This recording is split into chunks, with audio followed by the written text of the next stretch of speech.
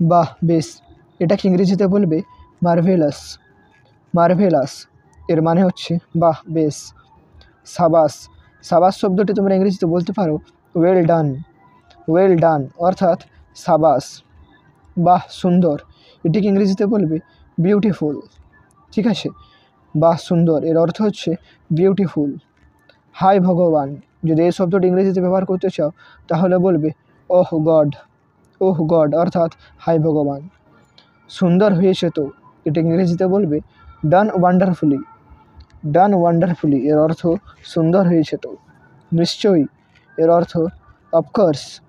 Of course এর অর্থ হলো নিশ্চয়ই, অফকোর্স। ঈশ্বরকে ধন্যবাদ, এটাকে ইংরেজিতে বলবে থ্যাংক গড।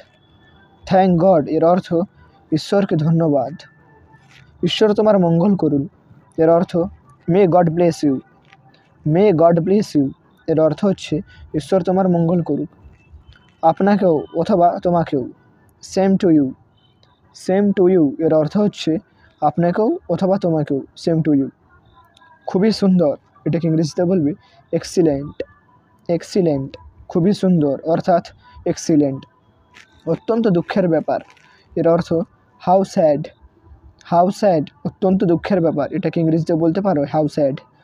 কি বুদ্ধি, এটাকে ইংরেজিতে বলতে পারো what an idea. What an idea কি বুদ্ধি। সাবধান এর অর্থ বিওয়্যার। বিওয়্যার এর অর্থ সাবধান। সাবধান মানে হচ্ছে বিওয়্যার। চুপ করুন, এটাকে ইংরেজিতে বলতে পারো কোয়াইট প্লিজ অথবা please keep quiet. Quite please অথবা প্লিজ কিপ কোয়াইট। তাই নাকি এর অর্থ রিয়েলি।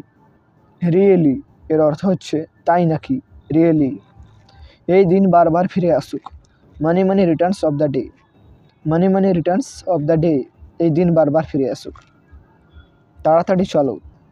হারি আপ অথবা ওয়াক ফাস্ট। হারি আপ অথবা ওয়াক ফাস্ট। তুমি একথা বলার সাহস কী করে পাও। How dare you say that. How dare you say that এর অর্থ তুমি একথা বলার সাহস কী করে পাও।